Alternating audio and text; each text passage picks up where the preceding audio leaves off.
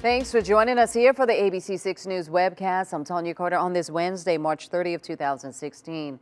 Well, topping our news, a disaster recovery center is now open for Washington County flood survivors. The center is located at the Washington County Convention Center on Raceway Road. The purpose of the center is to help flood victims understand the different programs available to them to help them in the recovery process. Now, the center is open Monday through Saturday from 8 a.m. to 6 p.m. and on Sundays from noon to 5 until further notice. The center is jointly run by MEMA and FEMA, and in order to receive assistance, you must register at disasterassistance.gov.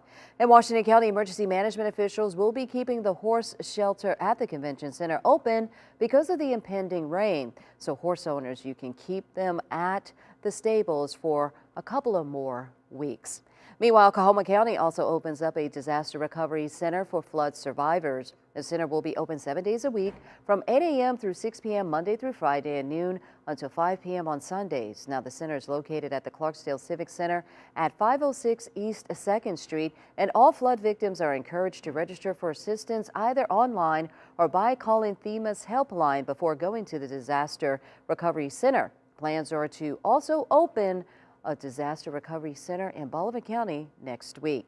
A Delta woman pleads guilty to mail fraud in federal court. Tammy Palacini entering the guilty plea Tuesday to one count of mail fraud following accusations she stole hundreds of thousands of dollars from senior citizens seeking help to obtain Medicaid or veterans benefits. U.S. District Judge Sharon Aycock will sentence Palacini on August 10th. She currently faces up to 20 years in a federal prison.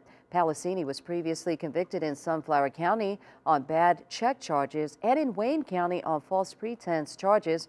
State records show she's serving a 17-year sentence. Meanwhile, a Greenwood man murder conviction is upheld. The Court of Appeals affirms Mario Harris a life sentence for the murder of Cornelius Banks and 30 years for the wounding of Jared Moore.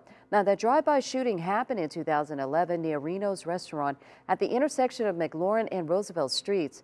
In his appeal, Harris said crime scene photos introduced at trial were irrelevant and prejudiced the jury. The appeals court disagreed, saying how the murder victim and the scene of the crime were relevant to the trial. Harris also states Maurice Timms and Michael Johnson's testimony was not credible.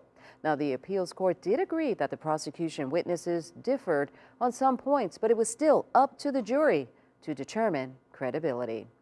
Well, some Grenada residents took their fight to Jackson to get chemicals removed from their neighborhood. Residents of Eastern Heights say the ground and water are contaminated with TCE. The chemical is a byproduct of a chrome wheel manufacturing facility that operated for years in the city.